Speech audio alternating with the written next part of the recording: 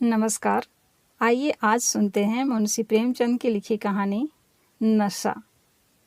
ईश्वरी एक बड़े जमींदार का लड़का था और मैं एक गरीब क्लर्क का, जिसके पास मेहनत मजूरी के सिवा और कोई जायदाद न थी। हम दोनों में परस्पर बहसें होती रहती थी।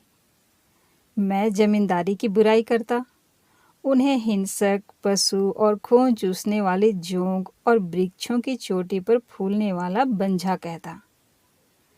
वह जमींदारों का पक्ष लेता, पर स्वभावतः उसका पहलू कुछ कमजोर होता था, क्योंकि उसके पास जमींदारों के अनुकूल कोई दलील न थी। वह कहता था कि सभी मनुष्य बराबर नहीं होते, छोटे बड़े हमेशा होते रहते हैं और होते रहेंगे। लचर दलील थी। किसी मानुषीय या नैतिक नियम से इस व्यवस्था का औचित्य सिद्ध करना कठिन था।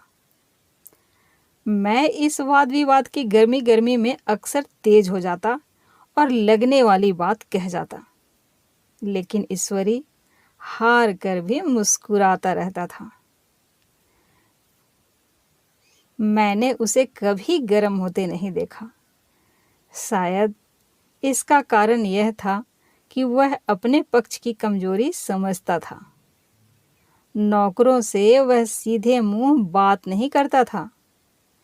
अमीरों में जो एक बेदर्दी और उदंडता होती है ना, इसमें उसे भी प्रचुर भाग मिला था। नौकर ने बिस्तर लगाने में जरा भी देर की, दूध जरूरत से ज्यादा गर्म या ठंडा हुआ, साइकिल अच्छी तरह साफ नहीं हुई, तो वह आपे से बाहर हो जाता। सुस्ती या बदतमीजी उसे जरा भी बर्दाश्त न थी। पर दोस्तों से और विशेषकर मुझसे उसका व्यवहार सौहार्द और नम्रता से भरा हुआ होता था। शायद उसकी जगह मैं होता तो मुझ में भी वही कठोरताएं पैदा हो जाती जो उसमें थी, क्योंकि मेरा लोक प्रेम सिद्धांतों पर नहीं, निजी दशाओं पर टिका हुआ था।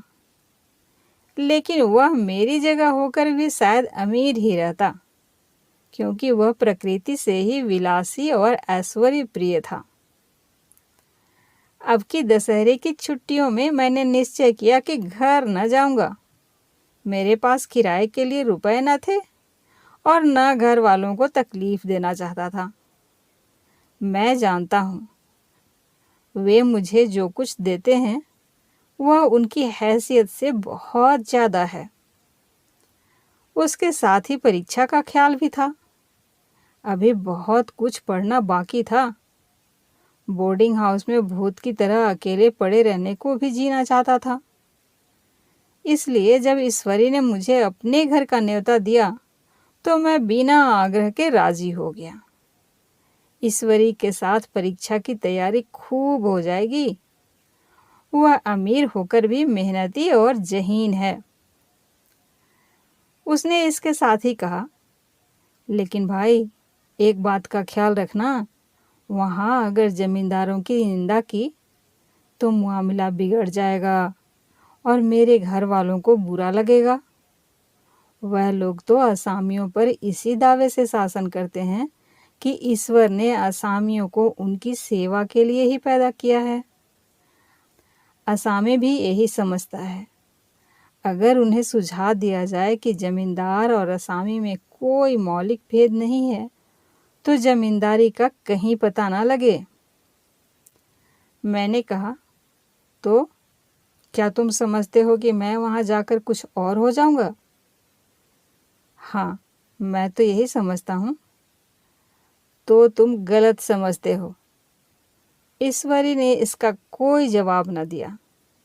कदाचित उसने इस मामले को मेरे विवेक पर छोड़ दिया और बहुत अच्छा किया। अगर वह अपनी बात पर अड़ता तो मैं भी जीत पकड़ लेता। सेकंड क्लास तो क्या, मैंने कभी इंटर क्लास में भी सफर न किया था। अब की सेकंड क्लास में सफर का सौभाग्य प्राप्त हुआ। गाड़ी तो 9 बजे रात को आती थी, पर यात्रा के हर्ष में हम शाम को ही स्टेशन पर जा पहुंचे। कुछ देर इधर उधर सैर करने के बाद रिफ्रेशमेंट रूम में जाकर हम लोगों ने भोजन किया। मेरी वेशभूषा और रंग ढंग से पारखी खानसामों को यह पहचानने में देर न लगी कि मालिक कौन है और पिछलग्गू कौन। लेकिन न जाने क्यों मुझे उनकी गुस्ताखी बुरी लग रही थी। पैसे ईश्वरी की जेब से गए। शायद मेरे पिता को जो वेतन मिलता है उससे ज़्यादा इन खानसामों को इनाम और इकराम में मिल जाता है। एक अठन्नी तो चलते समय ईश्वरी ही ने दी। फिर भी मैं उन सबों से उसी तत्परता और विनय की अपेक्षा करता था जिससे वे ईश्वरी की सेवा कर रहे थे। ईश्वरी के हुक्म पर सब दौड़ते हैं, लेकिन मैं कोई चीज़ मांगता हूँ तो उतना उत्साह नहीं दिखाते। मुझे भोजन में कुछ स्वाद न मिला। यह भेद मेरे ध्यान को संपूर्ण रूप से अपनी ओर खींचे हुए था। गाड़ी आई, हम दोनों सवार हुए। खानसामों ने ईश्वरी को सलाम किया और मेरी ओर देखा भी नहीं। ईश्वरी ने कहा, कितने तमीज़दार हैं ये सब। एक हमारे नौकर हैं कि कोई काम करने का ढंग ही नहीं। मैंने खट्टे मन से कहा, इसी तरह अगर तुम अपने नौकरों को भी 8 आने रोज इनाम दिया करो तो शायद इनसे ज़्यादा तमीज़दार हो जाएं। तो क्या तुम समझते हो यह सब केवल इनाम के लालच से इतना अदब करते हैं? जी नहीं, कदापि नहीं। तमीज़ और अदब तो इनके रक्त में मिल गया है। गाड़ी चली, डाक थी। प्रयाग से चली तो प्रतापगढ़ जाकर रुकी। एक आदमी ने हमारा कमरा खोला। मैं तुरंत चिल्ला उठा, दूसरा दर्जा है, सेकंड क्लास है। उस मुसाफिर ने डिब्बे के अंदर आकर मेरी ओर एक विचित्र उपेक्षा की दृष्टि से देखकर कहा, जी हाँ, जी हाँ, सेवक इतना समझता है, और बीच वाले बर्थ पर बैठ गया। मुझे कितनी लज्जा आई कह नहीं सकता। भोर होते होते हम लोग मुरादाबाद पहुँचे। स्टेशन पर कई आदमी हमारा स्वागत करने के लिए खड़े थे। 2 भद्र पुरुष थे और 5 बेगार। बेगारों ने हमारा लगेज उठाया। दोनों भद्र पुरुष पीछे पीछे चले। एक मुसलमान था रियासत अली और दूसरा ब्राह्मण था राम हरख। दोनों ने मेरी ओर अपरिचित नेत्रों से देखा, मानो कह रहे हैं, तुम कौवे होकर हंस के साथ कैसे? रियासत अली ने ईश्वरी से पूछा, यह बाबू साहब क्या आपके साथ पढ़ते हैं? ईश्वरी ने जवाब दिया, हाँ, साथ पढ़ते भी हैं और साथ रहते भी हैं। यूँ कहिए कि आप ही की बदौलत मैं इलाहाबाद पड़ा हुआ हूँ। नहीं कब का लखनऊ चला आया होता। अब कि मैं इन्हें घसीट लाया। इनके घर से कई तार आ चुके थे, मगर मैंने इनकारी जवाब दिलवा दिए। आखिरी तार तो अर्जेंट था, जिसकी फीस 4 आने प्रति शब्द है, पर यहाँ से भी उसका जवाब इनकारी ही गया। दोनों सज्जनों ने मेरी ओर चकित नेत्रों से देखा। आतंकित हो जाने की चेष्टा करते जान पड़े। रियासत अली ने अर्धशंका के स्वर में कहा, लेकिन आप बड़े सादे लिबास में रहते हैं। ईश्वरी ने शंका निवारण की, महात्मा गांधी के भक्त हैं साहब, खद्दर के सिवा कुछ पहनते ही नहीं। पुराने सारे कपड़े जला डाले। यूँ कहो कि राजा हैं। 2.5 लाख सालाना की रियासत है इनकी। पर आपकी सूरत देखो तो मालूम होता है अभी अनाथालय से पकड़ कर आए हैं। राम हरख बोले, अमीरों का ऐसा स्वभाव बहुत कम देखने में आता है, कोई भांप ही नहीं सकता। रियासत अली ने समर्थन किया, आपने महाराजा चांगली को देखा होता तो दांतों तले उंगली दबाते। एक गाढ़े की मिर्जई और चमरौंधे जूते पहने बाजारों में घूमा करते थे। सुनते हैं एक बार बेगार में पकड़े गए थे और उन्हीं ने 10 लाख से कॉलेज खोल दिया।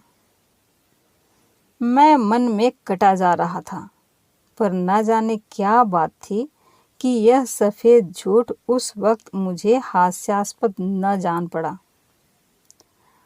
उसके प्रत्येक वाक्य के साथ मानो मैं उस कल्पित वैभव के समीपतर आता जाता था। मैं सहसवार नहीं हूँ। हाँ, लड़कपन में कई बार लद्दू घोड़ों पर सवार हुआ हूँ। यहाँ देखा तो 2 कला रास घोड़े हमारे लिए तैयार खड़े थे। मेरी तो जान ही निकल गई। सवार तो हुआ, पर बोटियां कांप रही थी। मैंने चेहरे पर शिकन न पड़ने दिया। घोड़े को ईश्वरी के पीछे डाल दिया। खैरियत यह हुई कि ईश्वरी ने घोड़े को तेज न किया, वरना शायद मैं हाथ पैर तुड़वा कर लौटता। संभव है ईश्वरी ने समझ लिया हो कि यह कितने पानी में है। ईश्वरी का घर क्या था? किला था, किला। इमाम बाड़े का सा फाटक, द्वार पर पहरेदार टहलता हुआ, नौकरों का तो कोई हिसाब ही नहीं, एक हाथी बंधा हुआ। ईश्वरी ने अपने पिता, चाचा, ताऊ आदि सब से मेरा परिचय कराया, और उसी अतिशयोक्ति के साथ ऐसी हवा बांधी कि कुछ ना पूछिए। नौकर चाकर ही नहीं, घर के लोग भी मेरा सम्मान करने लगे।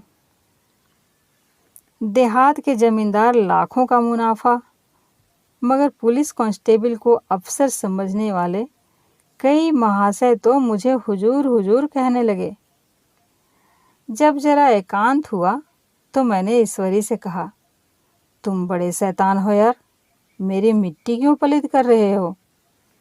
ईश्वरी ने दृढ़ मुस्कान के साथ कहा, इन गधों के सामने यही चाल जरूरी थी, वरना सीधे मुंह बोलते भी नहीं। जरा देर बाद नाई हमारे पांव दबाने आया। कुंवर लोग स्टेशन से आए हैं, थक गए होंगे। ईश्वर ने मेरी ओर इशारा करके कहा, पहले कुंवर साहब के पांव दबा। मैं चारपाई पर लेटा हुआ था। मेरे जीवन में ऐसा शायद ही कभी हुआ हो कि किसी ने मेरे पांव दबाए हों। मैं इसे अमीरों के चोचले, रईसों का गधापन और बड़े आदमियों की मुटर मर्दी और जाने क्या क्या कहकर ईश्वरी का परिहास किया करता। और आज मैं पोतड़ों का रईस बनने का स्वांग भर रहा था। इतने में 10 बज गए। पुरानी सभ्यता के लोग थे। नई रोशनी अभी केवल पहाड़ की चोटी तक पहुंच पाई थी। अंदर से भोजन का बुलावा आया। हम स्नान करने चले। मैं हमेशा अपनी धोती खुद छांट लिया करता हूँ, मगर यहाँ मैंने ईश्वरी की ही भांति अपनी धोती भी छोड़ दी। अपने हाथों अपनी धोती छांटते शर्म आ रही थी। अंदर भोजन करने चले। हॉस्टल में तो जूते पहने मेज पर जा डटते थे, पर यहाँ पांव धोना आवश्यक था। कहार पानी लिए खड़ा था। ईश्वरी ने पांव बढ़ा दिए। कहार ने उसके पांव धोए। मैंने भी पांव बढ़ा दिए। कहार ने मेरे पांव भी धोए। मेरा यह विचार न जाने कहाँ चला गया था। सोचा था वहाँ देहात में एकाग्र होकर खूब पढ़ेंगे, पर यहाँ सारा दिन सैर सपाटे में कट जाता था। कहीं नदी में बजरे की सैर कर रहे हैं, कहीं मछलियों या चिड़ियों का शिकार खेल रहे हैं, कहीं पहलवानों की कुश्ती देख रहे हैं, कहीं शतरंज पर जमे हैं। ईश्वरी खूब अंडे मंगवाता और कमरे में स्टोव पर आमलेट बनते। नौकरों का एक जत्था हमेशा घेरे रहता। अपने हाथ पांव हिलाने की कोई ज़रूरत नहीं, केवल जबान हिला देना काफ़ी है। नहाने बैठो तो आदमी नहलाने को हाजिर, लेटो तो आदमी पंखा झलने को खड़े। मैं महात्मा गांधी का कुंवर चेला मशहूर था। भीतर से बाहर तक मेरी धाक थी। नाश्ते में जरा भी देर ना होने पाए, कहीं कुंवर साहब नाराज ना हो जाएं। बिछावन ठीक समय पर लग जाए। कुंवर साहब के सोने का समय आ गया। मैं ईश्वरी से भी ज्यादा नाजुक दिमाग बन गया था, या बनने पर मजबूर किया गया था। ईश्वरी अपने हाथ से बिस्तर बिछा ले, लेकिन कुंवर मेहमान अपने हाथों से कैसे अपना बिछावन बिछा सकते हैं? उनकी महानता पर बट्टा लग जाता ना। एक दिन सचमुच यही बात हो गई। ईश्वरी घर में था। शायद अपनी माता से कुछ बातचीत करने में देर हो गई। यहाँ 10 बज गए। मेरी आंखें नींद से झपक रही थीं, मगर बिस्तर कैसे लगाऊं? कुंवर जो ठहरा। कोई 11:30 बजे मेहरा आया। बड़ा मुंह लग्गा नौकर था। घर के धंधों में मेरा बिस्तर लगाने की उसे सुध ही ना रही। अब जो याद आई तो भागा हुआ आया। मैंने ऐसी डांट बताई कि उसने भी याद किया होगा। ईश्वरी मेरी डांट सुनकर बाहर निकल आया और बोला, तुमने बहुत अच्छा किया। यह सब हरामखोर इसी व्यवहार के योग्य हैं। इसी तरह ईश्वरी एक दिन एक जगह दावत में गया हुआ था। शाम हो गई, मगर लैंप मेज पर रखा हुआ था। दिया सलाई भी थी, लेकिन ईश्वरी खुद कभी लैंप नहीं जलाता था। फिर कुंवर साहब कैसे जलाए? मैं झुंझला रहा था। समाचार पत्र आया रखा हुआ था। जी उधर लगा हुआ था, पर लैंप नदारद। दैव योग से उसी वक्त मुंशी रियासत अली आ निकले। मैं उन्हीं पर उबल पड़ा। ऐसी फटकार बताई कि बेचारा उल्लू हो गया। तुम लोगों को इतनी फिक्र भी नहीं कि लैंप जलवा दो? मालूम नहीं ऐसे कामचोर आदमियों का यहाँ कैसे गुजर होता है। मेरे यहाँ घंटे भर निर्वाह ना हो। रियासत अली ने कांपते हुए हाथों से लैंप जला दिया। वहां एक ठाकुर अक्सर आया करता था। कुछ मनचला आदमी था, महात्मा गांधी का परम भक्त।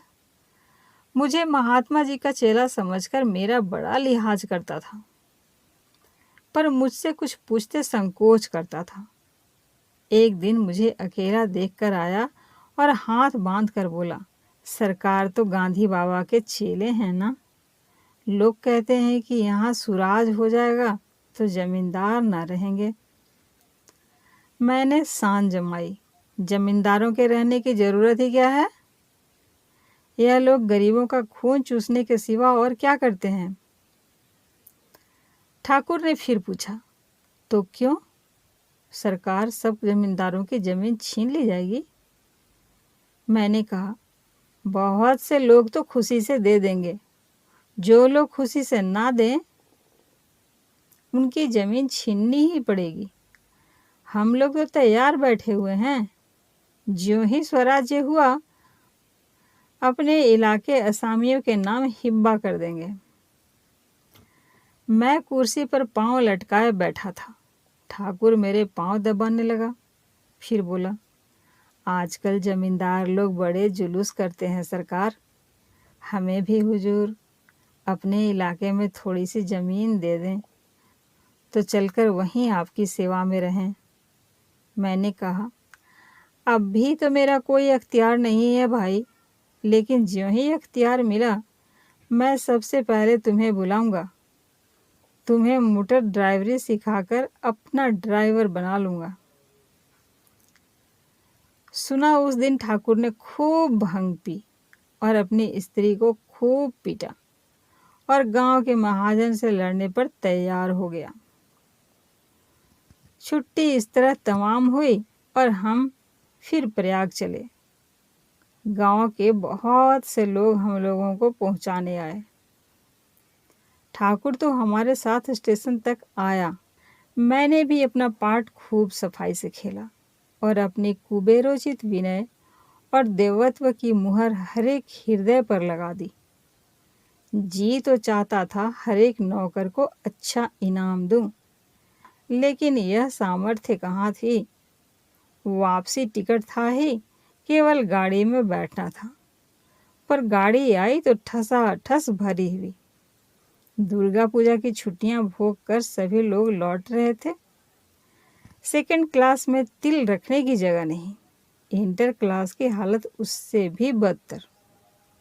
यह आखिरी गाड़ी थी, किसी तरह रुक न सकते थे। बड़ी मुश्किल से तीसरे दर्जे में जगह मिली। हमारे ऐश्वर्य ने वहाँ अपना रंग जमा लिया, मगर मुझे उसमें बैठना बुरा लग रहा था। आए थे आराम से लेटे लेटे, जा रहे थे सिकुड़े हुए।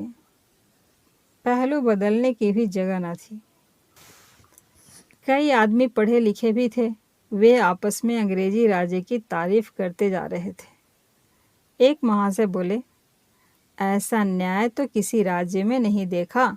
छोटे बड़े सब बराबर। राजा भी किसी पर अन्याय करे तो अदालत उसकी गर्दन दबा देती है। दूसरे सज्जन ने समर्थन किया, अरे साहब, आप खुद बादशाह पर दावा कर सकते हैं। अदालत में बादशाह पर डिग्री हो जाती है। एक आदमी जिसकी पीठ पर बड़ा गट्ठर बंधा था, कलकत्ते से जा रहा था। कहीं गठरी रखने की जगह न मिलती थी। पीठ पर बंधे हुए था। इससे बेचैन होकर बार बार द्वार पर खड़ा हो जाता था। मैं द्वार के पास ही बैठा हुआ था। उसका बार बार आकर मेरे मुंह को अपनी गठरी से रगड़ना मुझे बहुत बुरा लग रहा था। एक तो यूं ही हवा कम थी, दूसरे उस गंवार का आकर मेरे मुंह पर खड़ा हो जाना मानो मेरा गला दबाना था। मैं कुछ देर तक जब्त किए बैठा रहा। एकाएक मुझे क्रोध आया। मैंने उसे पकड़कर पीछे ठेल दिया और 2 तमाचे और जोर से लगाए। उसने आंखें निकालकर कहा, क्यों मारते हो बाबूजी? हमने भी किराया दिया है। मैंने उठकर 2-3 तमाचे और जड़ दिए। गाड़ी में तूफान आ गया। चारों ओर से मुझ पर बौछार पड़ने लगी। अगर इतने नाजुक मिजाज हो तो अव्वल दर्जे में क्यों नहीं बैठे? कोई बड़ा आदमी होगा तो अपने घर का होगा। मुझे इस तरह मारते तो दिखा देता। क्या कसूर किया था बेचारे ने? गाड़ी में सांस लेने की जगह नहीं। खिड़की पर जरा सांस लेने को खड़ा हो गया तो उस पर इतना क्रोध। अमीर होकर क्या आदमी अपनी इंसानियत भूल जाता है? यह भी अंग्रेजी राज्य है जिसका आप बखान कर रहे हैं। एक ग्रामीण बोला, दफ्तरन माँ घूसन तो पावत नहीं, उस पर इतना मिजाज। ईश्वरी ने अंग्रेजी में कहा, what an idiot you are Veer. Veer, तुम कितने मूर्ख हो। और मेरा नशा अब कुछ कुछ उतरता हुआ मालूम होता था। अभी आप सुन रहे थे प्रेमचंद की लिखी कहानी नशा। उम्मीद है कहानी आपको पसंद आई। तो कहानी को लाइक और चैनल को सब्सक्राइब कीजिए। धन्यवाद।